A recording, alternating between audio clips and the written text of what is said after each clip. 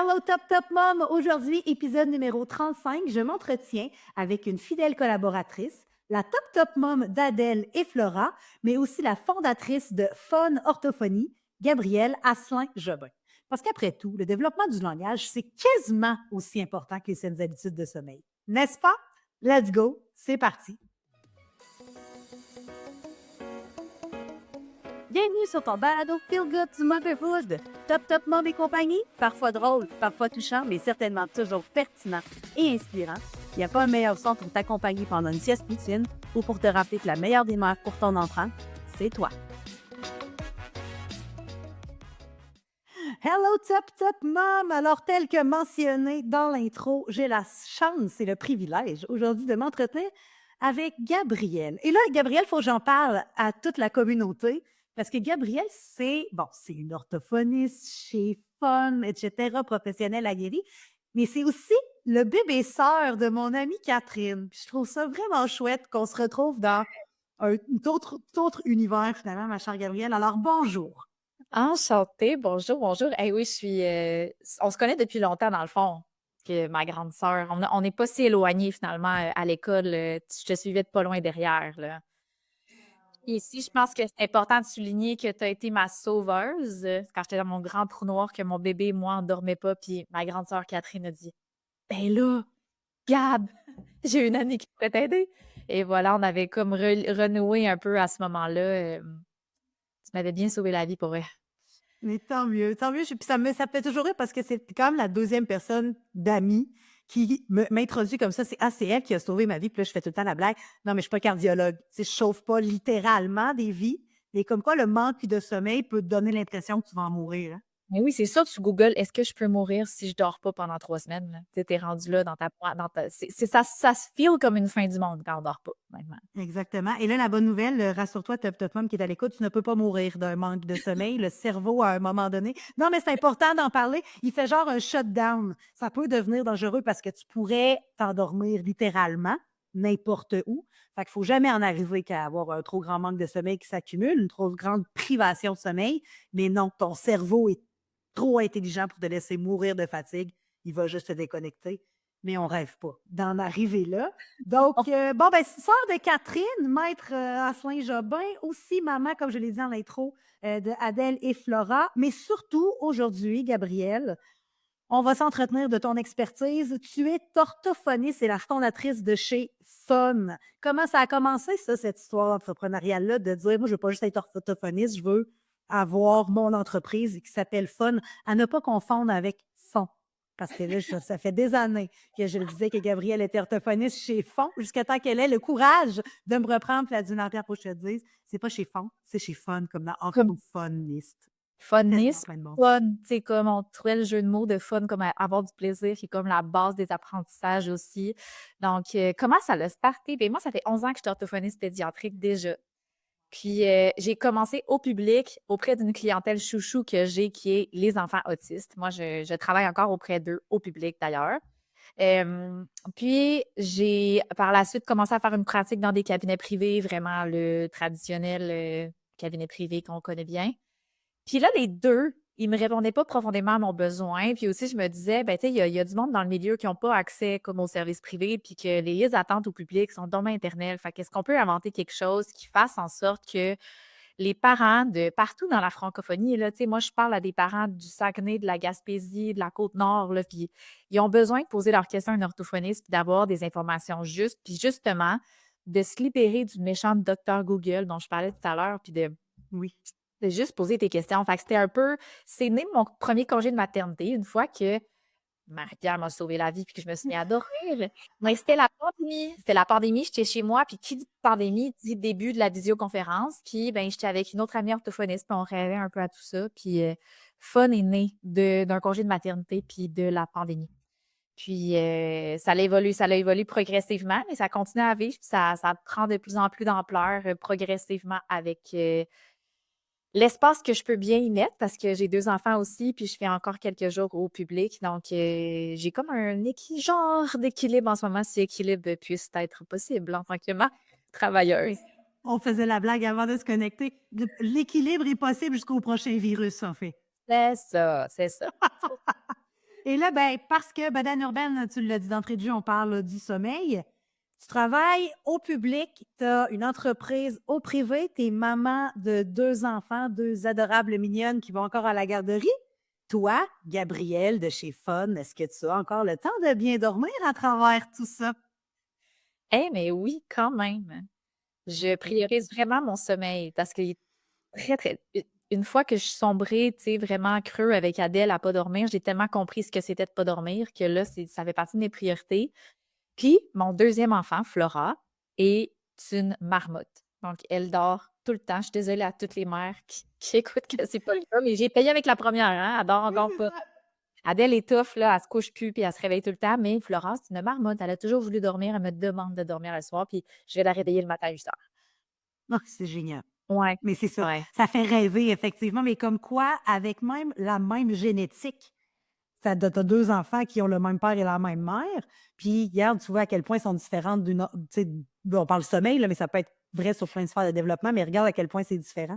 Fait que autre Mmh. chance que tu as pas eu 2 ben, si ça existe certainement dans des familles où il y a des enfants qui ont des habitudes de sommeil un peu plus, difficiles là, mais tant mieux si, au moins il y en a une sur 2 qui te laisse dormir. Ouais, mais tu sais, sans rentrer dans les détails, je pense que c'est le même mélange à gâteau, mais il y avait quand même une maman qui avait vécu quelque chose, qui avait beaucoup plus de lâcher prise. Puis je me souvenais de tes paroles qui disaient: «Gab, en 0-3 mois, là, tant que tout le monde dort, on s'en fout». Faut juste que fait que moi, j'ai gardé ça en tête, ça m'a comme le lâcher prise, j'ai quand même un peu, sur tout ça. Fait que oui, je dors assez pour, participer à ton balado aujourd'hui. Mais là, il faut que je prenne la balle au bord. Tu parles du 0-3 mois, tu sais, il y a tellement d'informations sur le sommeil que je trouve que c'est important d'en parler parce qu'il y a beaucoup de gens qui arrivent dans l'univers bedaine urbaine, puis c'est comme: «Hey, là, je viens d'accoucher mon bébé à 3 semaines, il veut juste dormir dans mes bras, peux-tu m'aider?» Oui, je peux t'aider à comprendre pourquoi il veut dormir juste dans tes bras, pourquoi le cododo fait de façon sécuritaire serait probablement la meilleure avenue pour vous autres, puis pourquoi d'aller appeler du réconfort, et des bras de rechange, c'était quand même une solution au sommeil. Fait comme quoi, même sans parler d'autonomie du sommeil, il y a quand même des trucs sommeil qu'on peut mettre en place. Fait que tant mieux. Puis, écoute, on ne dira jamais assez, le ressenti d'une maman, puis tout le cadre émotionnel d'une famille fait tellement de différence au niveau des habitudes de sommeil. Ça prend un cadre sécurisé, sécurisant pour avoir du sommeil qui est tout aussi sécurisant. Fait que tant mieux si tu as appris avec le temps, ma chère Gabrielle. Donc, aujourd'hui, on ne parlera pas juste du sommeil, mais je voulais qu'on parle du langage avec une tangente sommeil parce que c'est sûr et certain que, ben, on parle peut-être plus du tout petit, mais peut-être me surprendras-tu avec le sommeil du bébé aussi, là. Tu sais, un enfant qui se sent compris puis qui se sent compris dans ses demandes, me semble que ça doit être un peu plus, non, j'allais dire plus facile, je recommence. Doit être moins difficile d'atteindre un idéal de sommeil parce que l'enfant se sent compris dans ses demandes. Cependant, des fois, les demandes sont tellement nombreuses qu'on je sais qu'il me comprend, je le sais que je le comprends, mais à un moment donné, est-ce que c'est possible d'éteindre tout ce petit cerveau en développement et en ébullition pour en arriver avec, du sommeil paisible? Fait que la première question, on va commencer par un tout petit bébé, là. Avant même justement cette communication qu'on va dire verbale, la communication avec des mots, j'imagine, bon, le bébé communique dès la naissance parce que sinon, je veux dire, ça, il ne serait pas capable de survivre, mais comment on fait en tant que parent pour interpréter les pleurs? Parce que moi, ça, il y a quelque chose qui m'a suivi tout le long de ma mission maternité, c'était, «Oh non, mais tu vas voir, un jour, tu vas interpréter les pleurs de ton enfant». Moi, honnêtement, j'ai jamais vraiment été une interprétatrice des pleurs, là. J'y allais vraiment par élimination. Mais peut-être me diras-tu qu'effectivement, il y a des sons qui veulent dire différemment? Tu sais, comment on fait pour faciliter la communication quand on a un enfant qui parle pas encore, finalement? Ouais, puis tu l'as dit tout à l'heure, tu sais, plus il y a un environnement sécurisant, plus, je veux dire, ça, c'est de pair avec le sommeil. Fait qu'un parent qui est sensible puis qui répond rapidement puis de manière le plus adaptée possible aux besoins d'un enfant, mais c'est définitivement sécurisant pour un bébé. Mais c'est sécurisant pour un parent aussi, là. Je veux dire, pour un parent, là, avoir un genre de soirée de 5 à 7 de pleurs puis tu ne sais pas ce que ton enfant est. Je me revois bercer mon enfant puis dire: «Je pense que, mon lait est comme on dirait que c'est du poison ou es-tu fatigué? Elle a-tu mal? Ah, c'est ça». C'est comme, tu sais, tu te demandes qu'est-ce qu'elle a puis c'est donc ben pas évident de comprendre qu'est-ce qu'un enfant a. Puis même en tant que maman orthophoniste, évidemment, genre, c'est pas toujours clair comme de l'eau de roche, hein, c'est normal. Puis oui, comme tu l'as dit, dès la naissance, le bébé communique, mais admettons 0-6 mois, c'est de la communication on parle plus de communication comme un réflexe. C'est comme une communication, dans le fond, instinctive. Fait que c'est des réactions aux stimuli puis aux besoins qui vont créer des productions, dans le fond, non verbales, que ce soit des pleurs, des cris ou même le corps du bébé. Tu sais, on parle des fois d'un bébé qui sarque le dos ou qui serre les poings. Tu sais, il y a plein de choses qu'on peut lire sur notre bébé. Puis, il y a malheureusement le manuel de lecture du bébé pas encore sorti. Je pense que tu es Ah, là-dessus, par exemple. ben là, je travaille très fort, mais je pense pas voir ça avant la fin de mes jours. Puis, ben, un humain, en général, c'est jamais 1 + 1 égale 2. Hein. On a des tangentes, puis c'est de ça que je peux vous parler aujourd'hui, des tangentes, mais il n'existe pas, il fait ça, ça veut dire ça. Donc, la réponse qui est peut-être un peu décevante, c'est de dire, en tant que parent, tu vas devoir être sensible, puis tu vas devoir observer énormément ton enfant, puis comme tu dis au départ, faire des déductions pour comprendre que c'est ça qui est en train d'essayer de te communiquer. Puis effectivement, il y a plusieurs parents, je ne dirais pas tous les parents, mais il y a plusieurs parents qui reconnaîtraient le pleur de leur enfant à 2 kilomètres, puis ils savent que ça veut dire ça parce qu'ils ont fait l'association. Il y a des parents que non, comme toi, par exemple. C'est Ben, même c'est ce pas que ton. j'allais dire parce que me semble que j'ai pas été de masse pire, le Gabriel Jacob aurait peut-être un autre discours, je ne sais pas. Mais tu sais, me semble que j'étais quand même assez alerte, mais tu sais, de là à dire, ah, parce que ça sonne plus en I, ça doit être parce qu'il y a faim. Puis si ça sonne plus en O, ça doit être parce que sa couche déborde. Tu sais, il y a même des vidéos qui roulent sur les réseaux sociaux. C'est certain que tu les as déjà vues, là, de type de pleurs, des mimiques qui nous font croire que, mais voyons, mon Dieu, ça semble donc bien évident sur ce fameux réel-là, alors que moi, dans le quotidien, Ben moi, s'il y en a un que je reconnaîtrais à 18 000 kilomètres, c'est le pleur des coliques. Il est vraiment j'ai mal. là, ouais, c'est ça, le j'ai mal, puis les genres de douleurs abdominales, là, là, quand il y a d'autres bébés qui pleurent autour, je suis comme, oh, puis je regarde l'heure, je suis comme, witching hour, là, il est en train de. Fait que, tu sais, je trouve que le pleur de colique, il ressort quand même, là, puis c'est l'inconfort, ouais. Fait que, tu sais, ce qu'on peut voir, c'est de voir un peu au niveau de l'intensité du bébé, de la fréquence aussi, comme de la poussée d'air, puis la durée des pleurs va nous dire certaines choses. Puis ce que tu parles des réseaux sociaux, si les gens veulent aller googler, là, c'est la méthode Priscilla Dunstan. Que elle, c'est une chercheure dans le comportement de l'enfant, qui a développé une grosse approche basée sur la forme puis la nature des pleurs des bébés. Fait qu'elle, elle les a vraiment catégorisés selon, tu sais, un enfant qui a faim, il va avoir un son qui sonne plus comme Nyeh. Je vais pas les faire. On a même le son! Wow, c'est vraiment c'est vraiment fun chez Fun, on a même les sons, Mais je vais pas les faire, je vais pas les faire, ça me non, non, mais pas rendu là dans ça se mais fait. c'est ça, Dunstan, là, vous pouvez aller googler puis les écouter ces pleurs-là, puis moi, en les écoutant aussi, j'ai comme: «Ah ouais», tu sais, je le reconnais, c'est vrai que c'était ça, tu sais, une intensité plus faible, c'est un enfant qui commence à avoir faim, qui commence à être fatigué, puis ça va augmenter en force d'intensité plus il a très, très faim ou un enfant très, très fatigué, tu sais, fait qu'on va savoir où est-ce qu'il rentre dans son spectre aussi. Puis, ben, ils disent que des enfants qui pleurent extrêmement longtemps, puis que c'est comme un peu inconsolable, comme vous êtes capable de dire que c'est possiblement de la douleur, alors que quand c'est plus court, puis est plus capable de se ressaisir, on va être plus vers la fin. Euh, donc, entre autres.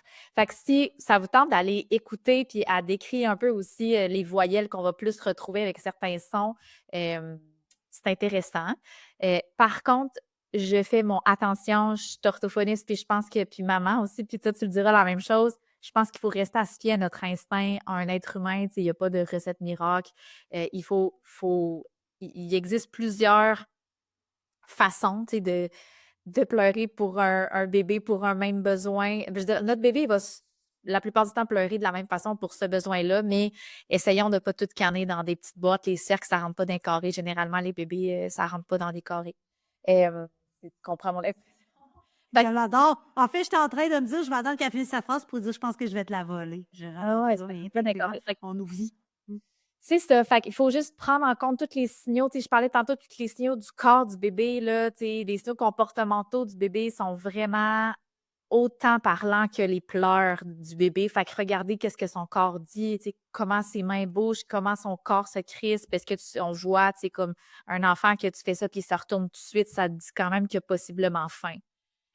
Puis la bonne nouvelle, c'est qu'à partir de 6 mois, là, votre bébé il va commencer à développer une communication qui est plus intentionnelle. Ce qui veut dire que là, il va commencer à se dire, OK, quand je fais ça, ben, il y a ce résultat-là qui arrive. Il y a comme une cause à effet. Fait qu'on va voir des enfants qui vont commencer à tendre les mains vers, à détourner le visage. Fait qu'on va plus ça va être un petit peu plus facile, je vais vous rassurer, de lire les besoins de votre enfant vers dépasser l'âge de 6 mois parce qu'on va tomber dans quelque chose de il va développer un petit peu des moyens un petit peu plus conventionnels, un petit peu plus clairs pour, communiquer ses besoins et ses désirs. Donc, c'est ça la bonne nouvelle. Ça m'amène une question. Excellente nouvelle. Merci de nous rassurer, Gabrielle. T'es vraiment top. Mais, fait que là, si je reviens à l'essentiel, en fait, de ne pas avoir. Parce que, tu sais, moi, je suis devenue bédaine urbaine parce que tu comprendras que j'étais vraiment très fatiguée. Le premier mois de vie de mon fils. Fait que, puis là, tu vas baisser sensibilité. Tu sais, puis là, si j'essaie de faire un parallèle avec le sommeil, tu sais, c'est sûr et certain que si je suis au bout de ma vie, je suis moins sensible, c'est sûr. Tu sais, je suis un peu toujours au bout du rouleau. J'ai juste hâte qu'il se couche, j'ai juste hâte que la journée se finisse, j'ai juste hâte d'aller me coucher, j'ai juste hâte de rien faire puis de faire en même temps. Fait que j'imagine qu'effectivement, le manque de sommeil parental doit avoir un impact sur le fait qu'on soit capable de mieux ou pas ou moins bien interpréter les peurs de notre enfant. Non, je sais pas, je vois-tu trop loin dans le questionnement, là? Non, non, c'est définitivement Ouais, hein?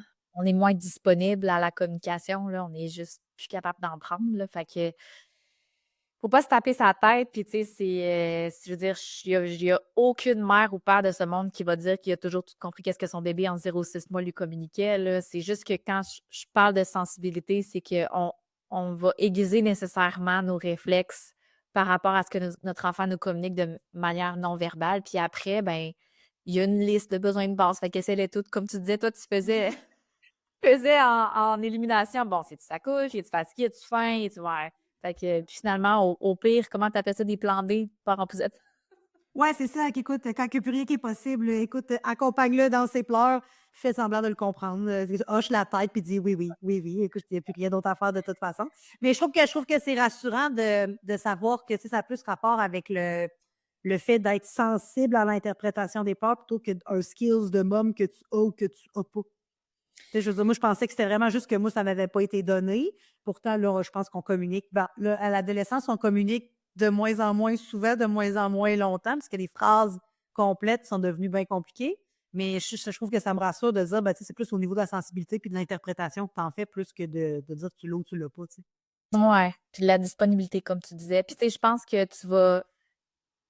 que l'être une bonne mère, comme tu dis, ben, ça va être juste de rester selon au niveau de notre propre disponibilité, d'être sensible à notre enfant. Puis là, ben, on va le sécuriser, même si on comprend pas ce qu'on dit, là. Tu sais, mettons, tu es avec un ami, là, puis tu essaies d'y expliquer de quoi, puis tu es dans des grandes émotions, puis c'est pas clair, mais la personne est avec toi, puis elle dit: «Hey, je sais pas ce que tu me dis, mais ça a de l'air tough, là». Ben, c'est rassurant, c'est apaisant. Fait que, tu sais, rappelons-nous ça avec nos bébés, ils vont comprendre qu'on est là, puis qu'on essaie d'être là pour eux. Puis je pense que c'est ça qui est important à ce moment-là, dans la communication. Mais au moins de me démontrer un effort à vouloir accompagner, à vouloir mieux comprendre, même si je te comprends pas, effectivement, je pense que l'humain a besoin de ça. Puis là, avant qu'on nous pose la question en commentaire, sous la publication ou, peu importe où ce balado-là va être publié, tu sais, tantôt, tu as dit vers 6 mois. Bon, 0-6 mois, tu as parlé d'une communication plus intuitive. Fait que j'ai un besoin, il y a quelque chose qui se passe, il faudrait qu'un autre humain me comprenne pour gérer mon problème. Mmh. Je ne suis pas orthophoniste pour, les raisons de la cause, là, fait que je vulgarise ça comment moi j'ai compris. 0-6 mois et c'est plus, dans l'intentionnel. Fait que là, il y a des choses qui vont se passer que l'enfant a compris, a fait des associations. Et là, la question qui tue, s'il est capable de faire des associations-là, ça, est-ce que ça veut dire qu'à partir de 6 mois, j'ai aussi compris que plus je pleure fort, plus mon parent arrive et que si on le sort du lit, je comprends que moi je gagne? Est-ce qu'on est rendu là dans la cognition? Ben, c'est vraiment écoute, c'est l'âge où l'enfant commence à vraiment comprendre le cause à effet, mais commence. Puis c'est l'âge où l'enfant peut commencer réellement à comprendre des mots aussi. Comme c'est le moment où les enfants commencent à comprendre, à se retourner à l'appel de leur nom. Fait que, tu sais, ils ont fait Mmh. ces clics que dans le cerveau, il y a des associations qui se font effectivement. Après, est-ce qu'au niveau de la complexité à 6 mois de comprendre le pleur qui est le mouvement de mon parent, faudrait voir les études honnêtement, mais ce que je sais, c'est il y a quelque chose au niveau des éléments cognitifs qu'il y a des associations qui se créent à ce moment-là. Fait que OK. je sais que ta question est comme reliée au sommeil, puis ben, tu sais, c'est sûr qu'à un moment donné, Tu l'as dit tantôt, nous, on travaille beaucoup avec le plan A puis le plan B. OK, là, puis c'est une question qui revient souvent. Puis là, moi, je me dis tout le temps, Tu sais, moi, je pense qu'à l'intérieur de la première année, le plan B, c'est toujours valide dans ce sens que, tu sais, je veux dire, ça sert à rien de t'acharner.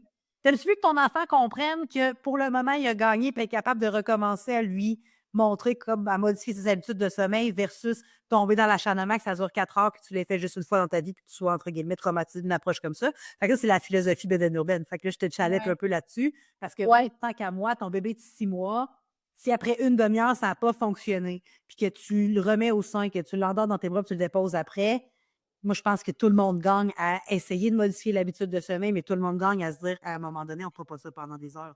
C'est sûr. Puis, tu sais, à 6 mois, là, l'enfant, là, tu sais, je réfléchissais pendant que tu parlais, là, il va pas comprendre tout ça encore. C'est compliqué, là, de comprendre que je fais ceci, donc, tu sais, je veux dire, au niveau de la cognition, moi, je pense qu'en 0-12 mois, l'enfant va il y a pas d'affaire de manipulation en 0-12 mois, à mon avis, là. Tu sais, l'enfant, il a pas assez développé sa compréhension du comportement humain pour dire comme: «Je vais la manipuler, moi, pas un peu, ça va revenir». Je pense vraiment pas que c'est ça. Je pense que c'est encore profondément pour répondre à ses besoins qu'il va utiliser des moyens de communiquer et tu sais, fait que on parle un peu le même langage ici, là, puis tu sais, c'est quand même compliqué comprendre pour un petit cerveau de bébé que s'il pleure 30 minutes, ben, ça vient, puis 40 non. En tout cas, tu sais, si tu comprends plus que Ben, tu sais, puis là aussi, le contraire est de dire, puis là, quand je le reprends dans mes bras, il arrête de pleurer. Ben, parce que tu as répondu à son besoin de c'est vouloir être ça, pris, c'est pas du caprice, ça non plus. Fait que, c'est ça, tapant. possiblement. Mais tant mieux. On a mis les barres sur les T, les points sur les i. Je t'en remercie grandement. Prochaine étape, bon, là, on a parlé des pleurs, qui est une forme de communication très primitive, mais quand même qui fait sa job parce qu'effectivement, si on n'avait pas compris les pleurs des enfants, on ne se serait pas rendu en 2025. Là. On serait probablement mort avec les lynx et les mammouths et l'homo sapienité. Passons à un autre sujet, là, le langage des signes, parce que je pense que c'est encore très populaire, mais là, j'aimerais. Et là, on parle de ton humble avis. OK? Là, le but, c'est pas de partir un débat pour ou contre, là, mais le langage des signes, est-ce tu cancelles ou c'est pas cancel? On travaille-tu encore avec ça? Ben là, ça va vraiment, on suit bien, là, on est rendu en 6 mois et plus, hein, c'est le moment où les gestes, ils sortent. Je vais apporter une nuance avant de répondre à ta question, OK? Parce que oui, on voit dans plusieurs centres périnataux des formations langage des signes bébé ou langage signé bébé. Puis là, j'ai amené mon petit côté un peu pointilleux, jargon orthophonique, là, des signes en tant que tel, là. Un langage des signes, c'est, un langage à part entière, comme la LSQ, OK? Fait que le langage signé québécois qui est utilisé par la communauté sourde, par exemple. Puis c'est différent de la communication gestuelle accompagnée de la parole qui, moi, que je prône et qui a démontré ses bienfaits pour les enfants avec qui on veut aider à développer le langage. Donc la nuance, c'est que le langage signé, c'est pas très transparent. Tu sais, par exemple, si je te fais ça, puis comme ça, si tu pas allé étudier ce langage-là, tu ne sais pas qu'est-ce que je viens de te dire, que c'est papa, maman, par exemple, que je viens de te dire. Alors qu'une communication qui est gestuelle, plus naturelle et transparente, qu'on enseigne beaucoup en orthophonie puis qu'on prône énormément, bien, ça va être plus transparent. Fait que si je te dis manger, dodo ou encore, qu'on voit souvent dans les garderies, ben, tu sais, on a quelque chose d'un petit peu plus naturel et ça s'accompagne avec la parole, donc avec les mots. Fait que c'est pas cancel le langage des signes parce que c'est utile à plein de communautés, de gens qui en ont besoin de ce type de langage-là pour communiquer avec les autres. Mais si on parle d'un enfant qui a pas de difficulté, de troubles développemental, ben, j'irais vers le langage gestuel, heu, qui est de manière populaire appelé le langage des signes de bébé. Fait que c'est pour ça que je gosse un peu avec mon jargon, mais j'ai pas le choix, là. C'est quoi? C'est fait mettre les i sur, les points sur les i. Fait que parce qu'il y a une différence pour moi. Mais donc si on en vient en disant que, le langage des signes, c'est l'utilisation des gestes accompagnés de la parole, moi, c'est absolument oui. 100 1000 oui. Puis pourquoi? Ben, les études sont ils prouvent que, non seulement ça soutient le développement du langage, puis je commence par ce point-là parce que je suis orthophoniste, donc le premier mot arriverait plus tôt chez les enfants qui utilisent plus de gestes. Un enfant qui utilise beaucoup de gestes, par exemple, à l'âge de 18 mois, serait un enfant qui a un plus grand étendue de vocabulaire à l'âge de 3 ans, par exemple. Fait qu'on voit au niveau de la richesse puis l'étendue du vocabulaire, c'est augmenté. puis des enfants qui auraient des meilleures habiletés narratives, donc pour raconter éventuellement, puis ça, sans rentrer dans les détails de soutien des apprentissages scolaires, etc. Fait qu'au niveau du développement du langage, c'est prouvé, moi, pour moi, c'est oui. Aussi, c'est des enfants qui présentent une meilleure régulation émotionnelle. Pourquoi? Ben, si on se fait mieux comprendre plus rapidement, puis qu'en plus, mon parent il me comprend mieux, les 2 on est moins stressés, là. Tu sais, on parle tout à l'heure de les mots sont pas là. Avant, c'est de la communication instinctive. À partir de 6 mois, mon enfant, il a l'habileté cognitive à commencer à apprendre que je fais certains mouvements avec mon corps, mes mains, puis là, ça me donne ça. Ben cool. Puis si le parent il en utilise plus, ben l'enfant, il a plus de modèles, puis il a plus de chances qu'il dise «fini» quand il veut plus manger au lieu qu'il hurle puis qu'il lance son spag sur le mur. Fait que ça l'aide la régulation émotionnelle. C'est aussi prouver que ça l'aide au développement de l'estime de soi, de la confiance en soi. Tu sais, ces enfants-là, ils vont vivre plein de réussites communicationnelles au quotidien vraiment jeunes. Fait que ça donne une meilleure confiance en soi que d'essayer de communiquer pour pas se faire comprendre, de se frustrer là-dedans. Puis finalement, ben, il y a une complicité qui n'est pas difficile à imaginer si dans la famille, on utilise tous un petit langage des signes, on a décidé de mettre ce signe-là, ce geste-là dans notre quotidien, puis que tout le monde l'utilise, mais on développe le lien parent-enfant, puis ça nourrit la complicité familiale. Tu sais, moi, dans ma famille, je l'ai utilisé beaucoup avec Adèle, puis elle l'a attrapé assez vite. Puis Flora, ben Adèle qui le couvre un peu, c'est un peu resté à l'intérieur d'elle. Son bébé sœur qui est là, ben Adèle, elle communique en geste avec sa petite sœur, puis sa sœur, elle le reprend, puis ça nous crée comme un bande familial. Fait que c'est oui, pour moi. Mais c'est cute. Fait que la contre-indication pour moi, là, c'est que pour certains parents, tu sais, ceux qui veulent super trop bien tout faire, que là, disent ah oui, mais il paraît que c'est vraiment bon pour le développement du langage. Son langage va bien se développer même si tu ne mets pas des gestes dans ton quotidien. OK? C'est pas comme obligatoire, là. Sauf que ça l'aide. C'est comme si on mettait de l'engrais dans le jardin, là. Puis, sauf que certains parents qui vont essayer, vont décider d'écouter une formation, par exemple en orthophonie ou dans un centre périnatal, puis là, ils se mettent à faire ça dans leur quotidien, puis ça les stresse. Ça les stresse dans la communication, ça ajoute de la pression dans l'interaction avec l'enfant. Mais ça, je dirais, fais-le juste pas. Tu sais, si ça te stresse, il faut que ça reste fluide, que ça reste naturel, que ça reste plaisant la communication. Ça serait la seule contre-indication que je dirais qui cancelle cette espèce. En fait, là, j'aimerais qu'on fasse une parenthèse. Tu sais, tout ce qui te stresse dans ta vie, tu peux-tu nous canceller ça le plus rapidement possible? En fait, tu sais, on a une vie à vivre. Si tu fais ça pour te rendre meilleur, mais qu'en fait, ça te gruge par en dedans, c'est peut-être pas la solution pour toi. Passe à d'autres choses, passe à un autre appel, je t'en supplie.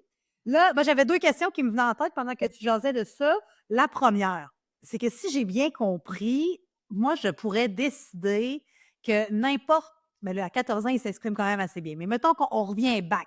Je pourrais décider que pour Jacob, Olivier et moi et son père à l'époque, n'importe quel signe aurait n'importe quelle signification. Je m'explique. Tu sais, je sais qu'il y a des signes comme déjà préétablis. Mettons, manger, tu l'as fait tantôt, tu as apporté ta main proche de ta bouche, ça veut dire j'ai faim, je veux manger, quelque chose comme ça. Mais moi, j'aurais pu décider que ce soit n'importe quoi, puis que l'important finalement ou la finalité d'une pratique comme ça, c'est de se comprendre. Fait que moi, s'il m'avait pointé, ça joue avec son index, va dire qu'il a faim. L'important, c'est que moi, je le comprenne, le signe. Finalement, il n'y a pas d'universalité de cette pratique-là, mettons. Comme le langage des signes, qu'il faut qu'à un moment donné, papa et maman, ce soit partout pareil, parce que là, pour les malentendants, ça peut devenir un peu confusant, tout ça. C'est ça. En fait, dans les seuls cas où je dirais, ben, OK, pour répondre à ta question, d'abord, oui, là, je pense que l'important, c'est de faciliter la communication avec les interlocuteurs qui utilisent les gestes. Si ton enfant, par exemple, toi, tu décides que tu as envie de mettre des gestes pour aider, admettons, qui te demande de l'aide, ou qui demande de manger ou de dormir ou de peu importe, de jouer, ben peut-être que certains registres qui existent au Québec qui sont comme prônés par les milieux de garde, sachant que ton enfant va rentrer à 11 mois dans un milieu de garde, puis il va faire jouer de même avec ses mains, puis si l'éducatrice, elle connaît, tu sais, généralement, là, le registre des mains animées, il est beaucoup utilisé au Québec, dans les milieux de garde. Le registre des mains animées. Je ne Mains savais animées. pas que ça existait. On va le mettre en référence, c'est trop cute, ça, OK? Les mains animées, puis c'est beaucoup utilisé dans les centres de réadap puis les milieux de garde au Québec, OK? En France, je sais que c'est pas utilisé ma main. J'ai quand même eu beaucoup de consultations puis d'ateliers avec des parents en France, comme jamais entendu parler. Mais si tu parles à un pédagogue ou une éducatrice du Québec, comme ben oui, les mains animées. Ils savent c'est quoi. Fait que si tu as envie de te baser sur quelque chose, mais il y a ce registre-là qui peut t'inspirer à comment faire le geste, par exemple. Par contre, évidemment que l'important, si dans votre famille, c'est de pointer la joue pour manger, puis que tout le monde pointe la joue pour manger, puis tout le monde comprend ça, fine. Il n'y a pas un bon geste pour le mot, effectivement. On veut juste que, quand tu le choisiras, là, qu'il soit transparent. Puis quand je parle de transparence, c'est que si tu prends Jacob Olivier, 18 mois, qui fait ça comme ça, puis que tu le mets face à un adulte qu'il ne connaît pas, puis il pointe, il fait son geste, est-ce que cet adulte-là va comprendre facilement? C'est ça la Non, c'est ça. transparence. Fait que pour moi, c'est plus ça qui est important, puis que tous les interlocuteurs de l'enfant, donc si grand-papa est là souvent, si, par exemple, on parlait d'un milieu de garde, mais que ces interlocuteurs-là, ils utilisent tous le même geste aussi. C'est qu'on ait comme une cohérence, en fait. C'est plus la cohérence et la transparence que le geste en tant que tel. C'est une vraiment bonne question. Donc, il aurait fallu que je me réfère finalement au guide des petites mains. Des fois, j'ai du goût sur les petites mains animées, là, il me semble que quand Oui, c'est plus cute. Mais j'aime ça, cette idée-là. OK, parfait. Fait que l'idée, c'est ça, c'est d'avoir un peu tout le même geste pour que l'enfant soit compris, pas juste par le premier répondant, mais par tout le monde. là, j'ai pas de code parole, c'est juste si tu veux t'inspirer, là, si tu veux t'inspirer, c'est gratuit, c'est sur Internet. Il y a genre 700 gestes qui sont imagés pour t'aider dans ton quotidien. Fait que si tu as de la misère à imaginer comment le faire, je pense que c'est un bel outil de référence.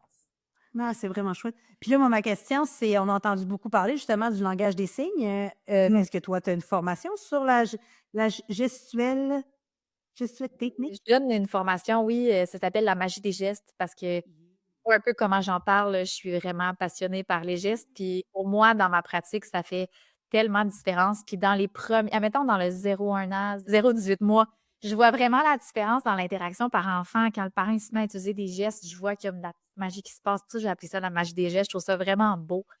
Puis on donne rapidement des moyens de communiquer à un enfant. Puis tu sais, après ça s'arrête pas là, les gestes, là. Tu sais, il y a plein de concepts difficiles à comprendre pour un enfant. Puis à 2 ans, là, on est bien content, l'enfant, il dit des mots, il n'est pas capable de tout dire encore. Fait que d'utiliser des gestes va nécessairement diminuer les frustrations. Tu sais, les frustrations de 2 ans, là, le fameux Terrible Two, là, ben, il y a une part de ça, c'est pas ça s'explique pas juste par ça, mais il y a une part de ça que c'est parce que l'enfant, il comprend vraiment beaucoup, puis il est tellement pas capable de tout raconter. Fait que si on peut lui avoir donné des moyens pour se faire comprendre davantage, pour s'exprimer davantage, on va donner une petite longueur d'avance sur certaines frustrations. Ben, tu sais, là, tu parles du fameux Terrific Two, mais j'imagine qu'un enfant d'âge scolaire qui a un retard ou un trouble de langage vit un peu la même situation, de dire: «Comment ça, moi, mes amis n'ont pas compris que je voulais jouer à ça versus» tu sais, je veux dire, l'humain en général, quand il est incompris je prends mon grand-père qui, à l'époque, a fait un AVC, là, puis qui a paralysé la moitié. Puis moi, je me souviens, là, des soupers chez ma grand-mère, il est décédé, puis ça, là, il communique dans l'au-delà, mais je me souviens, là, il y avait un papier, il est pas capable d'écrire, puis tu sais, il a toute sa tête. Puis là, on est 6 autour de la table à dire: «Qu'est-ce de quoi tu veux parler?» Puis on essaye, puis tu sais, ça finit toujours par, tu sais, je suis sûre quasiment on essaie d'entendre, pourtant on parle d'un adulte, là, tu sais, mais c'est Ben non, mais oui, c'est vrai que ça va jusque-là, fait qu'effectivement, peut-être que le langage des signes, non, la gestuelle des du langage? Je je fais la ça en mien. communication gestuelle, admettons, la communication. Communication gestuelle aurait probablement été quand même une piste de solution à exploiter, peu importe l'âge, fait que non, je trouve ça bien cute. Puis moi, c'est drôle parce que, ben, moi, il y a 14 ans, on en parlait peu ou pas, là, fait que j'ai pas nécessairement fait avec Jacob. Mais moi, Jacob Olivier, là, chose que j'ai faite, puis que je l'ai faite naturellement, puis que moi, des fois, je regarde les parents avec leurs enfants, puis je me dis: «Comment ça, ils se parlent pas?» Tu sais, moi, je veux dire, j'allais faire l'épicerie avec Jacob Olivier, je comptais les pommes. C'est je veux dire, j'ai changé la couche, tout est mais probablement parce que je suis très volubile puis que j'aime ça parler puis j'aurais pas pensé que mon enfant pouvait pas parler, ça aurait été capoté. Fait que moi, je l'ai fait comme ça naturellement. Puis surtout qu'on m'avait dit à l'époque, au Mexique, tu 2 choses à raconter, puis après ça, on revient à notre sujet, mais 2 choses. Ah ben là, s'il apprend l'espagnol puis le français, écoute, ça va vraiment être long avant qu'il parle. Oh, fait que je vais t'entendre là-dessus, je te pose la question après. Puis l'autre chose qui est vraiment drôle au niveau langage de Jacob Olivier, puis là, j'ai comme un pop. Je me souviens, bon, à la naissance, Jacob Olivier, mes parents sont venus, bébé naissant, sont repartis. Puis quand Jacob Olivier a eu 6 mois, ils sont revenus au Mexique parce que c'était ma fête de 25 ans. Puis à l'époque, je trouvais ça vraiment important de sortir dans les bars au Mexique. Puis là, je vais avoir 40, puis la seule chose que je veux pas faire, c'est de me ramasser dans les bars. Fait qu'en tout cas, comme quoi toute chose évolue. Puis là, je me souviens, ma mère est arrivée de ce voyage-là, de ses valises, elle avait acheté des DVD de passe-partout. Guy Clair dans toute sa splendeur puis son unicité. Elle me regarde, elle me donne les DVD, puis elle me dit, là, je te le dis tout de suite, Marie-Pierre Villeneuve, si mon petit-fils parle pas français, je vais t'en vouloir pour l'éternité. Sans vouloir dire que mais tu sais, pourtant, j'ai jamais parlé vraiment à Jacob, sauf quand je le chicane, je trouve que ça punch plus en espagnol. Sinon, globalement, tout se passe en français chez nous. Mais moi, ça, je me souviens, puis j'avais eu puis c'est encore pour ça que je tiens à ce que Jacob Olivier pratique et continue de parler espagnol, parce que la journée où il parle plus espagnol, ça veut dire qu'il parle plus avec ses sœurs. Ça veut dire qu'il parle plus avec sa belle-mère. Ça veut dire qu'il parle plus avec sa abuelita, qui est sa grand-maman. Fait que, tu sais, moi, je trouve ça important, cette richesse-là. Fait qu'en tout cas, bref, c'est un aparté. Jacob Olivier, aujourd'hui, parle très bien français. Et l'écrire, c'est un peu plus confusant avec les emojis puis les abréviations, mais le parler, je pense que ça va bien. Puis là, je t'ai vu faire une face quand je t'ai dit parler espagnol puis français, ça va être long avant qu'il parle. Moi, je pense pas que Jacob, ça a été très long avant qu'il parle. Il a même pas zozoté. Mais j'ai goût de t'entendre là-dessus. Tu vrai que les enfants bilingues, trilingues, ça peut avoir un Un impact? mythe vraiment tenace, mais c'est un mythe. Un enfant qui se développe dans un milieu bilingue ou multilingue, il y a rien qui démontre, aucune étude démontre que ces enfants-là vont avoir des difficultés langagières ou pourraient avoir une émergence du langage plus tardivement. C'est que parfois, les gens ils ont l'impression, peut-être que l'enfant dit moins de mots, mais c'est parce qu'il compte pas dans toutes les langues exposées, par exemple. Parce que si ton enfant il dit demain puis mañana, ben ça comptait pour 2 mots. Fait qu'il dit, il dit presque, il parle pas beaucoup en français, puis il parle pas beaucoup en espagnol, mais si tu mets tout ensemble, il dit plus de mots qu'un enfant qui est unilingue, par exemple. Ça pourrait être une différence observée, mais non, c'est vraiment un total mythe, même que, au contraire, les études démontrent que on donne des chances exceptionnelles au cerveau de notre enfant en l'exposant à plus qu'une langue dans son développement langagier. Puis même les enfants qui ont des troubles développementaux du langage, même les enfants autistes, même les enfants qui ont des déficiences intellectuelles vont bénéficier de l'exposition à plusieurs langues dans leur développement langagier. On va leur donner, entre autres, une plus grande flexibilité cognitive. Puis ça, c'est un cadeau à faire à notre enfant. Et là, je ne rentre pas dans tous les bienfaits du bilinguisme, mais genre, tu as fait un cadeau à ton fils, définitivement. Mais plus fort que ça, puis moi, c'est une histoire que je me plais quand même à raconter parce que je suis devenue mère monoparentale. Jacob Olivier avait 12 ans. Son père a quitté pour le Mexique. Jacob avait 3 ans. Fait que, tu sais, j'ai quand même été... fait quand même 12 ans que j'élève, entre guillemets, mon fils seul parce que j'ai une tribu bienveillante incroyable, mais peu importe. Puis il y a des soirs que j'arrivais de travailler à l'époque avant de devenir juste bedaine urbaine, je travaillais chez Opération Enfant Soleil. Puis là, je me souviens à l'époque, tu sais, j'arrive, tu sais, il est genre 5 heures moins quart, faut que tu fasses un souper. Puis, tu sais, puis moi, je me souviens que je me disais, regarde, je vais mettre Jacob Olivier devant un écran. J'avoue que c'est peut-être pas la bonne chose à faire. J'aurais peut-être dû le stimuler avec des Legos, OK? Mais peu importe, moi, j'avais besoin de cette période-là. Puis je me disais, je l'ai mieux devant un écran que qui me passe en dessous des pieds avec de l'eau bouillante puis qu'il arrive un accident. OK, moi, c'est la façon que j'ai décidé de gérer mon motherhood. Jugez-moi. C'est fait, c'est dit, je peux plus revenir en arrière. Mais j'ai toujours mis le iPad en anglais. Assez que je me souviens très bien, on était chez tes parents à l'époque, Gabriel. Oh! Catherine, je te jure aussi vrai. Là. Puis, tu sais, moi, j'ai quand même eu Jacob Olivier beaucoup très avant que mes amis aient des enfants. Fait que Jacob est un peu comme l'étoile parce qu'il existe. Puis là, Catherine est toute contente. Elle dit, on va prendre un verre dans la cuisine. Elle dit, on va y mettre Caillou dans le salon. Parfait, on met Caillou. Puis tu me souviens, là, Jacob, il arrive en courant. 3-4 ans à l'époque, je ne sais pas trop. Puis il m'arrête, fait maman, maman, maman. J'ai dit, mon Dieu, qu'est-ce qui se passe? Mon garçon, il dit, hey, Caillou, il parle français. Il était tout énervé. Il dit, viens voir, maman, Caillou, il parle français. Il n'avait jamais entendu la voix de Caillou en français, mais il était tout énervé de ça. Je vois, c'est juste Catherine, juste chez Catherine. Il y a juste ta tante Catherine qui est hâte de même qu'un Caillou en français. Puis tout ça pour faire une conclusion qu'aujourd'hui, Jacob Olivier, honnêtement, je pense qu'il parle plus accessible peut-être de pratiquer son anglais avec les réseaux sociaux, puis YouTube, tout ça. Mais je pense qu'il parle honnêtement mieux anglais qu'il parle espagnol aujourd'hui au moment où on se parle. Puis je te jure, Gabriel, j'ai jamais parlé en anglais à mon fils. Fait que, tu sais, de comme quoi, des fois, on démonise une pratique qui pourrait, tu sais, sembler sur papier vraiment comme aïe, aïe, elle a mis son enfant devant un iPad. Ben, tu sais, moi, je peux dire aujourd'hui, honnêtement, que Jacob Olivier parle 3 langues, puis il a 14 ans. Puis ça, moi, je trouve que peut-être sur le marché du travail, mais juste au niveau humain. C'est-à-dire que moi, Jacob Olivier, peu importe où il s'en va sur la planète, il y a quelque chose qui va se faire comprendre. Puis là, ça m'amène une autre question. C'est ça que je t'avais dit qu'on sortirait un peu du cursus, mais ça m'amène une autre question. Jacob Olivier, pendant les vacances de Noël, toute la famille s'est abonnée à Duolingo. Fait que là, Jacob Olivier était moi, je vais apprendre le portugais. Là, je ne suis pas en train de dire que mon fils parle portugais. Mais j'étais en train de te dire que des fois, il me sort des phrases en portugais. Ouais. Je parle pas portugais, fait qu'il peut même sortir n'importe quoi. Mais je trouve que ça sonne bon. Fait que là, ma question est, puis moi, c'est toujours un peu quelque chose que j'ai eu tendance à dire que j'ai appris l'espagnol rapidement parce que j'avais déjà appris l'anglais. Fait que je connaissais les mots-clés pour me faire mieux comprendre, puis après ça, faire des phrases, et cetera. Est-ce que c'est faux de penser que quand tu apprends une deuxième langue, après ça, la troisième, quatrième, cinquième, ça devient un peu plus facile quand même? Ouais, c'est vrai ça. Et c'est au niveau cognitif, puis tout l'aspect comme lexical, l'enfant est capable de regrouper. Tu sais, admettons, ils disent que si un enfant a développé solide une première langue ou 2 premières langues, d'aller coller une troisième langue là-dessus, ça, c'est démontré que ça va être plus simple pour lui dans le sens que ses repères lexicaux, puis là, c'est un peu j'essaie de pas être une vieille jargonneuse orthophonique, là, mais tu sais, il a déjà comme fait ses regroupements lexicaux, puis il s'en va juste coller les concepts, puis c'est ça, ça fait partie de ça. C'est comme si l'arbre langagier dans son cerveau, il est déjà présent. Puis aussi, je t'avais dit que d'exposer un enfant à plusieurs langues, ça ajoute de la flexibilité cognitive.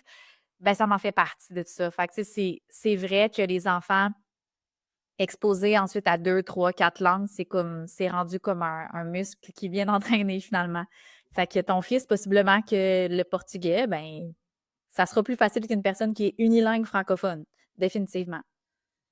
Ben, tant mieux, Jacob Olivier. Alors, on te souhaite bonne chance de trouver une Brésilienne. Jacob Olivier, ouais, ouais, Jacob Olivier, on est assis sur un. J'aimerais jouer au foot dans une équipe professionnelle. Je pense que ma femme va être brésilienne. Je sais pas. Pourtant, j'essaye de l'éduquer. Je suis sans ça, mais. Réaliser ses plus grands rêves. Je n'aurais pas de dire, tu sais, l'important, c'est qu'elle soit fine, hein, tu sais, qu'elle vienne du Brésil ou qu'elle vienne de Trois-Rivières. L'important, c'est que tu sois heureux, mon garçon. Mais, Et tu peux juste pas dire, là, on fait des apartés, je voulais juste reprendre la balle au bon par rapport au iPad en anglais. oui, Moi, j'ai pas parti de l'école des démonisateurs des écrans. Il y a toutes les beaux documents du ministère qui sont sortis qui nous disent qu'il y a une façon de faire qui va pas briser notre enfant. Après, tout en étant modéré et selon les recommandations, etc., effectivement, OK? Mais ce qui est démontré, c'est que un enfant va pouvoir apprendre du vocabulaire, effectivement, d'une émission, dans le fond, par exposition à une émission qui est plus éducative. Tu sais, par exemple, un passe-partout de ce monde ou plutôt qu'un qu'un patte-patrouille, par exemple. Mais il n'apprendra pas à communiquer puis à interagir, par exemple, dans cette langue-là. Fait que ça, tous les aspects interactionnels de la langue, ils sont impossibles à apprendre au travers d'un écran. Par contre, s'il a appris à parler en anglais, c'est ça qui me tu sais, moi, je trouve ça écœurant que ton fils, il parle bien en anglais puis que tu te dis que sa seule exposition, c'est des écrans. On a besoin d'entendre ça puis de faire un peu plus de recherche là-dessus. Tu le sais, en ce moment, tu es dans le même univers que moi. On est à l'ère où, les écrans, c'est pointé du doigt comme la cigarette, là, tu sais, c'est pas bon, il faut le cadrer puis comme les études sont super effervescentes là-dessus. Il y en a des centaines et des centaines, là. Mais je pense qu'il faut apprendre à, comment dire? Il faut modérer ça, puis revenir à l'humain, comme tu dis, puis de ses là. Je veux dire, moi aussi, là, quand on avait la gastro, puis que mon chum était à JPIC, m'a te le dire que Passepartout est sorti sur mon écran, là, j'étais comme, non, non, regarde, comme tu dis, moi, je joue au bloc Lego à terre, il n'y en aura pas des possibilités. Puis des fois que je suis overwhelmed aussi, mais je l'invite le troisième parent dans ma maison, puis moi aussi, on me jettera des pierres. Mais comme tout est dans la façon de faire, tout est dans le reste de l'équilibre de la vie d'un enfant, là, effectivement, que je laisse pas mes enfants plugués devant la télé puis qu'on va jamais dehors, là, tu sais. Fait que, bref, tout ça pour dire que ça n'apprend pas une langue, un écran. Les études démontrent que tu peux pas apprendre une langue, apprendre à parler, mais en même temps, il y a des gens qui apprennent à parler avec Duolingo, là. Fait que, tu sais, tout étant relatif par ailleurs. Moi, je te parle des études. ouais. Mais là, c'est drôle parce que je pensais à Duolingo, je me disais: «Il faut pas que je dise ça à ma mère, elle va être déçue avec toute l'intensité qu'elle y met à apprendre l'anglais avec Duolingo, je dirais pas ça». Ben, puis là, écoute, moi, je veux pas défaire les études, mais moi, je te jure, aussi vrai que je suis assise ici en train d'enregistrer un balado avec toi, à un moment donné, Jacob Olivier, il jouait dans sa chambre avec ses super-héros, puis il parlait pas vraiment anglais, là, tu sais, c'était pas clair mais c'est clair que c'était pas le français. «Let's go, Spider-Man, let's go, let's» tu sais, puis là, clairement, tu sentais qu'il dans sa tête, il parlait anglais, tu sais. Fait que là, je suis là, écoute, pour nous, c'est pas confirmé. Est-ce que c'est parce qu'il a fait trop d'écrans en anglais? Peut-être aussi, on le saura jamais. Puis, tu sais, pour revenir un peu à l'utilisation des écrans, moi, je pense qu'on a tout à gagner en tant que parents à justement réaliser que ça existe. qu'on s'en va dans une société qui utilise le plus possible les écrans. Ça ne veut pas dire qu'on n'apprendra plus à écrire manuscrit, mais tu as tout intérêt à te servir d'un clavier parce que c'est quand même vers ça qu'on s'en va. Puis moi, j'ai toujours eu pour mon dire, puis c'est le 14 ans, je suis dans les écrans à fond de train, là. Tu sais, je veux dire, si Jacob Olivier, il n'allait pas à l'école, probablement qu'il ferait juste ça, mais je trouve que d'y avoir permis, puis de réaliser que ça existait, mais de le faire avec modération, des fois, Jacob Olivier se déconnecte pour vrai, toute seule, là. C'est comme, ah, ça me tente plus, veux-tu venir me porter en snowboard? Bah, OK, parfait. Hey, ça te tente-tu? On va écouter un film. Tu sais, fait que moi, je pense que j'ai réussi en ce sens de dire, c'est correct, t'aimes ça jouer aux écrans. Il y a une certaine même pendant la pandémie, on a réinstallé Fortnite parce que je me disais, c'est le social qu'il a avec ses amis. Puis là, je l'entendais jouer, puis il riait, puis tu sais, je me disais, OK, je peux pas croire, tu sais, Fortnite, c'est tellement pas bon, mais en même temps, je me disais, sinon, il va virer fou dans le salon, ou moi, je vais virer folle à essayer de l'entertainer, à qui me parle de des personnages de Boston que je comprends rien, tu sais. Fait que je trouve que Nécessairement on pour ça. manque toujours d'équilibre. Tu sais, je trouve que dans une société noire ou blanche, tout le temps, tout le temps, tout le temps. Tu tantôt, la preuve, langage scié, cancel ou pas, hey, il y a un juste milieu. Laisser pleurer ou pas, il y a un juste milieu. Langage, tu sais. Fait que je pense que c'est un peu la même chose avec la société d'aujourd'hui, c'est de dire, tu sais, moi, j'aime mieux qu'il soit devant un écran que de l'ébouillanter avec ma sauce de spag parce que des pâtes au beurre, on en mange encore, puis on en mange en masse. Fait que, tu sais, moi, je trouve que c'est ça, versus il y a une maman qui trouve ça donc terrible, puis qui, peut-être qu'elle va faire sa meal prep la fin de semaine. I don't know, je sais pas comment elle Ouais. gérer ça, elle, mais tu sais, Mais je l'équilibre, je pense pense que c'est juste toujours. en tant que parent, de connaître les limites, puis les risques. Puis après ça, ben, tu prends tes décisions. Tu sais, c'est pour ça qu'il y a des panneaux de circulation sur l'autoroute parce qu'il y a des risques si tu vas vite. Fait que, tu sais, c'est la même affaire, la cigarette, tout le monde fumait, puis à un moment donné, elle dit, voici les risques de fumer la cigarette, fais tes décisions. Tu sais que, genre, on n'en vendra pas aux jeunes. Fait que je pense que t'arriver aux écrans, ils n'étaient pas balisés, puis on fait, wow, il y a des risques, voici les risques. Puis il faut juste, comme, s'informer, je pense, c'est ça qu'on peut faire en tant que parent. Puis après, ben, C'est ça. c'est ça. Sans nécessairement se mettre la tête dans le sable, il faut arrêter de se taper sa tête. Exactement. Amen. Donc, là, on a simulé le langage avec la communication gestuelle. On a compris 0,6 mois, que c'était plus primitif. Non, c'est parce que j'aimerais ça avoir les bons mots. 6 mois, ah, OK. Instinctive, après ça, 6 mois et plus, c'est. Intentionnel. Un peu plus de cause à effet, ouais, qui s'installe Bon, progressivement. là, on a pris une formation en ligne de notre hyper passionné orthophoniste de chez Fun. Et là, arrive que j'ai tout fait by the book, mais il me semble que ça ne marche pas. Est-ce que, premièrement, c'est possible pour un parent de se rendre compte lui-même que son enfant a des difficultés de langage ou souvent ça vient d'une source externe? Je dirais, pour des parents que c'est leur premier enfant, puis qui sont pas du tout dans le milieu de la petite enfance, puis je te parle de mes consultations que j'ai, c'est souvent comme au vaccin de 18 mois ou bien le pédiatre là, qui va comme pointer des choses ou la garderie qui va dire hey, des parents qui ont d'autres enfants vont le réaliser vraiment plus vite. Hey, ma fille, à cet âge-là, tu sais, elle disait des mots, tu sais, comme, il me semble qu'elle se retournait quand je disais ça. Puis, fait que je dirais moitié-moitié. Mais un parent, c'est capable de s'informer. Tu sais, on a tellement des belles ressources, là, que on peut s'informer puis identifier que oui, il y a des difficultés, effectivement. Puis je vais prendre ton exemple, on peut s'informer, mais informe-toi pas trop non plus, parce qu'après ça, tu vas te mettre à faire tes propres diagnostics, tu sais, de te référer à des professionnels. Là. J'ai genre mis en place un service genre 811 orthophonie, là. C'est comme quand on appelle, on est en panique de la fièvre de notre enfant, on fait 811 au Québec, pour ceux qui sont au Québec. Ben j'ai fait ça. Ça s'appelle du dépistage orientation en orthophonie puis en ergothérapie. T'appelles, c'est gratuit. On se parle 15 minutes, tu as dit si tu as intérêt à t'inquiéter ou pas. Puis si oui, je vais te dire par où aller. Fait que ça existe. Si tu te capotes, tu te demandes. À la place de paniquer sur Google. Oui, Ouais, merci. Oh, à quand un 800, un sommeil? Je sais pas, ben oui, j'aurais trop peur de plus dormir, en fait. Non, le monde va m'appeler à 3 heures du matin. Ça peut pas être un Zoël 811, mais effectivement, d'avoir une ligne pour poser des questions. Juste te rassurer, effectivement, ça peut faire la différence. Puis là, ben, quand est-ce qu'on commence à penser peut-être consulter? Parce que, c'est OK, mon enfant a un trouble ou un retard de langage. Mais quand est-ce que je commence à vraiment dire: «OK, là, il faut vraiment» là, si tu me dis: «Plus tôt possible», moi, je pense que ce serait ça, mais c'est mon premier choix de réponse. ben oui, c'est le plus tôt possible. Dès qu'on s'inquiète, en fait. Moi, je pense que c'est la raison de consulter première, c'est de s'inquiéter, là. Je m'inquiète, il y a quelque chose qui tourne pas rond. Puis, tu sais, genre, tu le sais, là, tu vas sûrement m'appuyer là-dedans, mais l'instinct de parent, c'est fort, là, puis c'est rare que ça se trompe. Fait que si on s'inquiète, on consulte, on n'attend pas. Après ça, si on cherche plus des balises, justement, tu sais, comme quand s'inquiéter, ben, tu sais, je pense qu'avant 2 ans, un des gros facteurs qui nous prédit, tu sais, qui nous donne une idée du développement langagier d'un enfant, c'est le nombre de mots qu'il dit.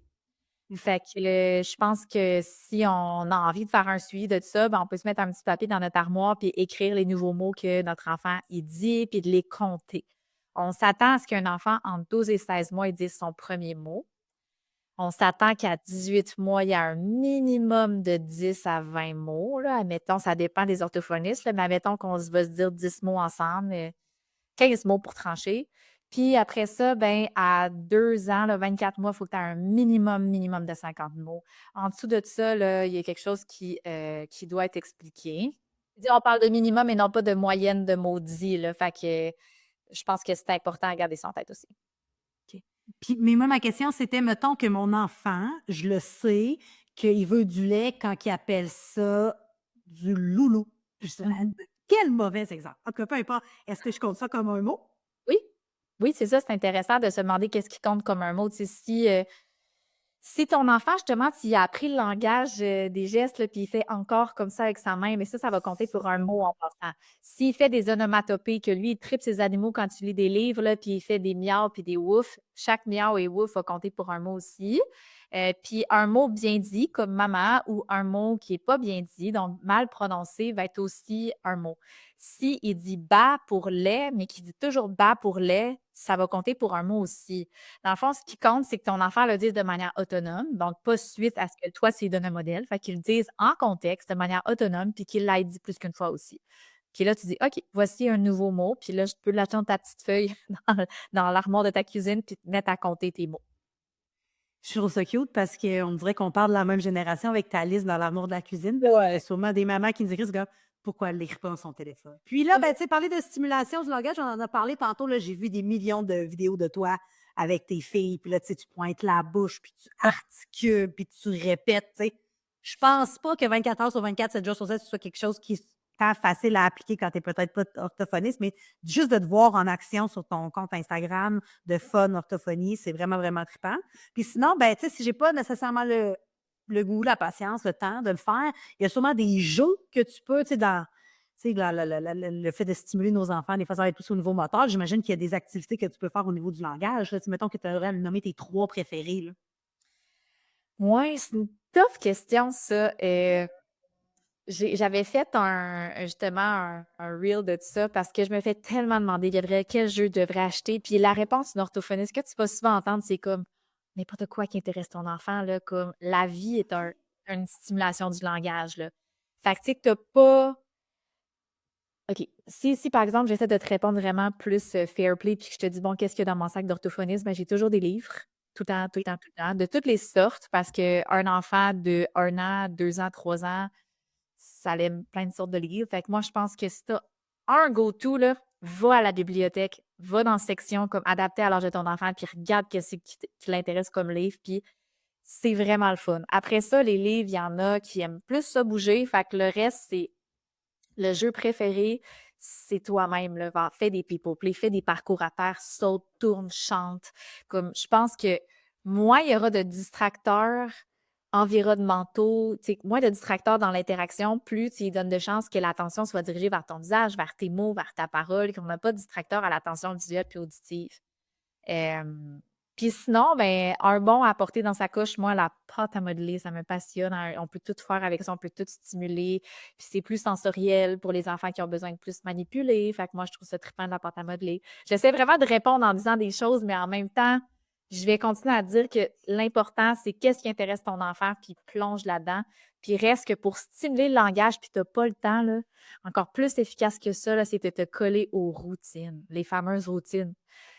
À tous les jours, tu vas refaire la même affaire. Fait qu'à tous les jours, tu vas pouvoir répéter les mêmes mots de vocabulaire, les mêmes concepts, les mêmes consignes, les mêmes questions, les mêmes whatever, les mêmes gestes. Puis un enfant, pour apprendre, ça a besoin d'énormément de répétitions. Fait que tu n'as pas besoin, dans le fond, d'avoir des jeux tant que ça. La routine, c'est la stratégie chouchou des orthophonistes. Parce qu'on ne veut pas en rajouter des heures dans la journée d'un parent. On en a en masse à faire, là. Non, c'est C'est ça. bien beau si tu as du temps de jouer au bloc dans le salon, mais sinon, si tu veux stimuler ton langage, on va regarder dans tes routines comment tu peux le faire sans t'ajouter une seule seconde, en fait. Ça va être ça. Wow! Ça, c'est évidemment la meilleure nouvelle de la journée, sans rajouter une seule seconde. Ça ferait un beau slogan de fun, ça, c'est vraiment, puis c'est plus bon parce qu'on cherche toujours la solution facile, mais tu l'as dit, même dans son quotidien, tout va vite, tout prend de la place, fait que je trouve ça bien qu'effectivement, de juste utiliser le quotidien, en fait, pour stimuler l'enfant, ce soit une façon de le faire. Et là, le dernier volet, parce que le temps file, mais il faut que je te pose la question. Nous, on fait le sommeil 0-5 ans, OK? À quel âge, selon toi, là, selon toi, puis ton expertise, puis ce que tu connais, on peut commencer à penser qu'un enfant comprend la consigne du genre retourne dans ton lit, s'il te plaît. Et là, je te parle d'un enfant fatigué de fin de journée qui est peut-être pas tant content de retourner. Là, tu sais, la vraie compréhension des vrais mots qui Yes. arrivent. Ben, comme je te disais, les premiers mots compris, ça va être son nom. Après ça, le mot d'interdiction non. Puis ça se passe vers 6-8 mois. OK? Fait que si ton enfant a en bas de 1 an, il n'y a aucune chance en ce beau monde que ton enfant comprenne cette consigne-là. Il n'y en a pas. Après, si c'est une consigne qui revient souvent, tu sais, tu lui dis à tous les soirs, plusieurs fois par soir, de retourner dans son lit, ben, il va la comprendre plus vite, évidemment, parce que ça devient comme une consigne familière et routinière. Puis là, on s'attend que peut-être plus vers 18 mois, ton enfant pourrait catcher cette consigne-là assez bien. Mais reste que à 18 mois, j'espère qu'il ne sort pas de sa cage déjà. Moi, j'appelais ça ma petite cage de bébé, la bassinette. Il sort pas de sa cage, tu lui diras pas qu'il Effectivement, effectivement. Mais c'est parce qu'il y en a de plus en plus qui vont prendre l'approche Montessori, en fait, Ah, que l'enfant c'est ne visite jamais vraiment finalement, cette cage bassinette-là. Il est toujours sur un petit matelas. Puis là, tu sais, c'est comme, mon enfant a 9 mois, il est mobile, Mmh. mais là, je peux pas quitter la chambre parce qu'il sort de son lit. Tu sais, peux-tu m'aider? Puis là, c'est comme, je peux t'aider, mais ça va être beaucoup plus long que ton enfant de 9 mois apprenne et comprenne et accepte de rester dans son... Tu sais, je veux dire, il y a quand même des choses dans le développement ou en tout cas dans le monde de l'enfant 0-5 ans. Il y a des décisions qui ont été prises souvent, ça suivait des lignes directrices. Fait que, tu sais, souvent, quand tu essaies de réinventer tout ça, je te dis pas que c'est mauvais de le faire, je te dis pas que c'est pas possible qu'un enfant de 9 mois dorme sur un matelas de façon autonome, mais c'est sûr et certain que ça complique un peu la game. Il peut se lever, puis là, tu vas lui dire cette consigne-là, comme retourne dans ton lit, s'il te plaît. Puis à 9 mois, il va pas comprendre ça déjà, là. Fait que, tu sais, on va s'attendre plus qu'il va y avoir de la répétition, il va finir par comprendre en contexte, là. Puis de manière. Ouais. Fait que, tu sais, puis après ça, si tu rajoutes comme des concepts plus abstraits, genre retourne en haut dans ton lit, puis là, tu as rajouté le en haut, mais là, ça, c'est encore plus tard qu'il va comprendre, là, tu sais, des concepts spatiaux, là, va dans ton lit, retourne en haut, descends en bas, ou bien, tu sais, ces choses-là, là, ça va être plus difficile à comprendre, ou bien puis une affaire que je trouve full important aussi, parce que je pense qu'on le fait dans notre routine souvent, là, puis on va en parler en sommeil, il y en a des concepts de temps, vraiment beaucoup. Puis ça, c'est l'affaire que je répète le plus aux parents. Ils ne comprennent pas nos enfants avant tellement longtemps, tous ces concepts-là. Le avant, le après, les concepts de minutes, de soir, de nuit, de tantôt. Ça, c'est tous des concepts abstraits en bas de 3 ans, là, gardez-vous ça en tête, là, ils ne catchent rien de ces mots-là. C'est trop abstrait, ça ne fait aucun sens. Ils vont les entendre, ils vont comprendre que tu le dis dans ce contexte-là, mais ça ne fera pas de sens. Fait que quand vous dites à votre enfant, dans 5 minutes, on va se coucher, demande-toi il y a quel âge avant de te dire qu'il peut peut-être comprendre le concept de minutes.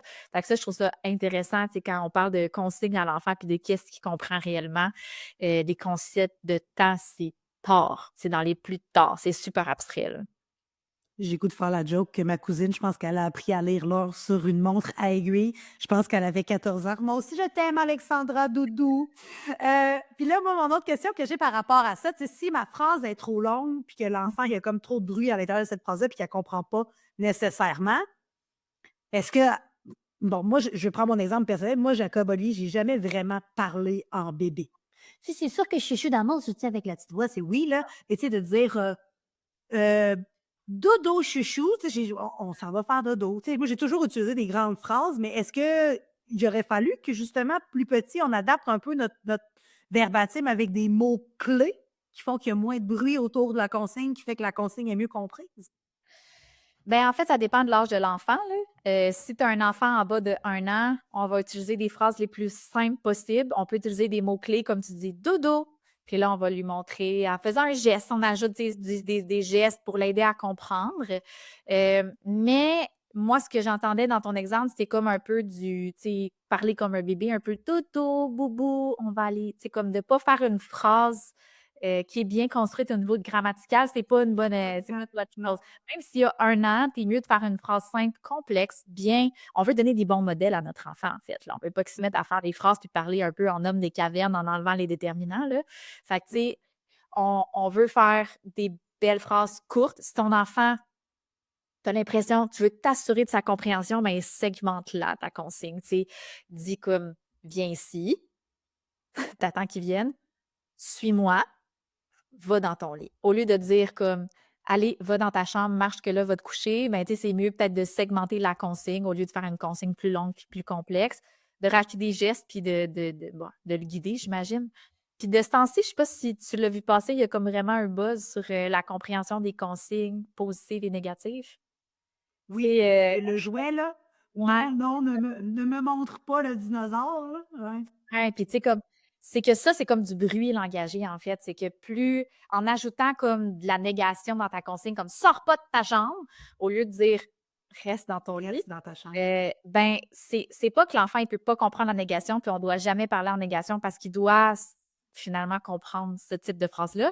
Mais c'est que si on veut s'assurer justement de réduire le plus possible de bruit, comme tu dis, puis que ça soit plus simple, ben allons-y avec des questions positives pour s'assurer, pas des questions, des consignes sous format positif pour que ça soit plus simple, puis il y ait moins d'informations langagières à traiter, puis on se donne un petit peu plus de chances qu'ils nous écoutent finalement. OK.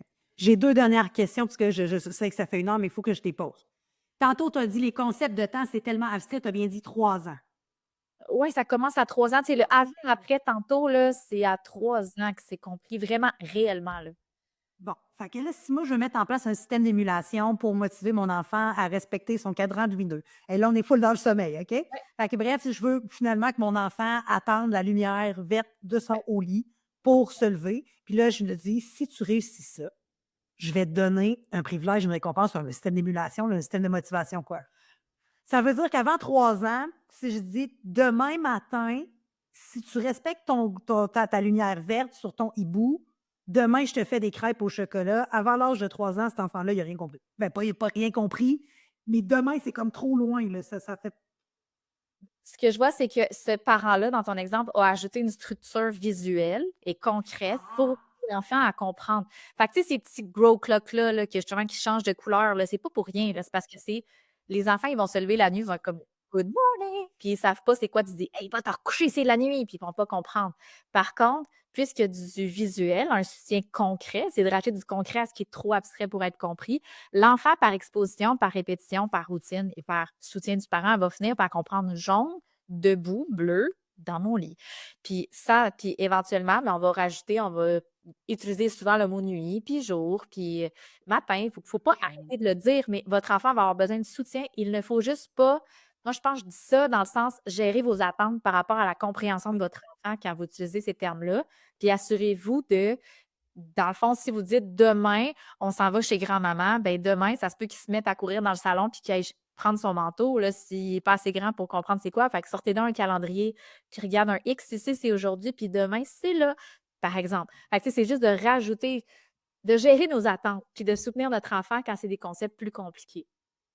Dans le dernier exemple que tu as donné, par exemple, si tu dis on va chez grand-maman demain, que ton enfant prend son manteau, appelle grand-maman, dis Hey, tu pourrais le prendre pour la soirée? Il a vraiment très hâte de te voir. Attends. Oui, c'est ça, exactement. Il t'attend, il t'attend. Fait que, tu sais, fait que là, ma dernière question, c'est comme un peu un wrap-up de tout ça. Là. Ouais. C'est pas parce que ton enfant comprend la consigne de veux-tu un biscuit? Là, il vient tout énervé parce qu'il a compris la consigne, qu'il va comprendre nécessairement toutes les consignes. Mais comme peut-être que le biscuit est un concept qui a été tellement répété, puis qui est tellement délicieux, qui est tellement connecté à plein de concepts le fun, ben ça finit par bien rentrer. Fait que finalement, quand tu répètes souvent les mêmes consignes avec le même verbatim, non seulement c'est sécurisant, mais ça facilite la compréhension. Oui. Fait que, tu sais, les parents qui sont en train de mettre en place des routines du soir, vous allez utiliser des mots, des consignes, des questions, des concepts que vos enfants ne comprennent pas. Mais comme je disais tout à l'heure, la magie de l'apprentissage se passe dans la répétition. Alors, à tous les soirs, répétez-les consignes, les concepts, le vocabulaire, puis ajoutez des soutiens visuels, que ce soit des petits dessins, des pictogrammes, des grow clocks, whatever, qu'est-ce que vous choisissez. pour l'aider à développer sa compréhension. Vous allez booster son apprentissage langagier, dans le fond, dans vos routines de sommeil, par exemple, en répétant à tous les jours les mêmes mots, les mêmes consignes, dans le même ordre, au même endroit. L'enfant va finir par comprendre plus rapidement parce que ça va être familier. Puis tout ça pour dire: «Ah, j'ai vraiment hâte qu'il parle pour, mieux le comprendre». Puis là, finalement, arrive l'âge où il pose 917 000 questions secondes, puis tu fais: «Ah, finalement finalement, j'avais-tu vraiment hâte?» Puis c'est drôle parce que je finis là-dessus. Moi, je m'étais fait une promesse que je serais la mère qui répondrait à toutes ces questions. Puis là, Jacob, ça, il dira pas que j'ai fait, mais je te jure, Gabriel, j'ai même cherché des informations pour donner des réponses entières. C'est tellement je trouvais ça important. Tu sais, il y a plein de parents qui appellent ça 4-5 questions, tu fais là: «OK, écoute, on en parlera plus tard». J'ai répondu à toutes ces questions. Puis même, tu sais, les dinosaures, là, je m'assoyais puis j'essayais d'apprendre des affaires pour quand il allait me poser des questions que je puisse répondre. Non, mais ça, je pense que c'est l'avantage d'en avoir juste un. Ouais, mais tu sais, non, mais c'est vrai, l'attention est dirigée sur le même enfant. Encore aujourd'hui, Jacob, ça le fait capoter parce qu'il dit: «C'est toi qui me demandes ça». Je dis: «Non, mais moi, Moi, j'ai je juste dirais 2 yeux pour un enfant». la face de ton fils si tu y réponds. Et je sais pas. Pour la première fois. Ah, mais non, mais je le sais pas, mais je vais vérifier, par exemple. Tu sais, là, non, Pas j'ai pas eu réponse à tout. J'ai essayé quand même de tenter une réponse vraiment à chaque question qu'il a posée. Puis là, maman, des fois, elle était là, tu sais, tu peux juste dire, je te répondrai tantôt. Je dis: «Non, moi, je trouve ça trop cute qu'il me pose des questions». Puis des fois, j'ai appris des affaires en même temps plus. Fait que moi, j'ai bien aimé ça. Mais je pense que, tu sais, pour avoir un balado, c'est signe que j'aime ça parler. Je pourrais parler en continu, 100 000 à l'heure. Mais là, c'est la fin de ce balado-là, tellement intéressant. Je me promets de te réinviter parce c'est sûr qu'on a d'autres sujets à aborder ensemble. Toi puis moi, Gabriel, de chez Fun Orthophoniste. Donc, je t'ai lancé, mais où on se retrouve sur Instagram majoritairement. Instagram, Facebook, j'ai un site internet avecfun.com. Sinon, mon courriel info@avecfun.com pour réserver des consultations. J'ai des formations, des ateliers. Puis on a des services en ergothérapie, en orthophonie et en psychoéducation. Fait que n'hésitez pas à la consulter si vous avez des questions. Le one-stop shop de la communication, c'est chez Fun que ça se passe. Gabriel, merci. Merci encore une fois de collaborer avec toi. C'est vraiment un bonbon. Et je te dis à très bientôt. À très bientôt. Merci à toi. Hey Top Top Mom, tu viens tout juste d'écouter un épisode du balado Top Top Mom et compagnie. Si tu as aimé cet épisode, donne-nous une dose de love en nous accordant la note parfaite de 5 étoiles ou encore mieux, écris-nous un petit mot en commentaire. Merci infiniment d'être aussi top et je te dis à très bientôt pour un prochain épisode de Top Top Mom et compagnie.